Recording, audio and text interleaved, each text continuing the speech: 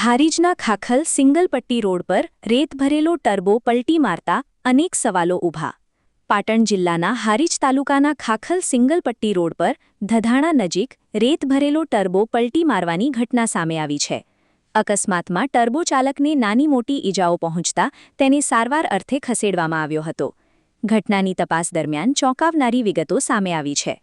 ઘટના સ્થળે છેલ્લા 2 દિવસથી અન્ય એક રેત ભરેલો ટર્બો નંબર પ્લેટ વગર ઊભો હોવાનું જાણવા મળ્યું છે, જેના કારણે વિસ્તારમાં ગેરકાયદેસર રેત પરિવહન અંગે અનેક સવાલો ઊભા થયા છે.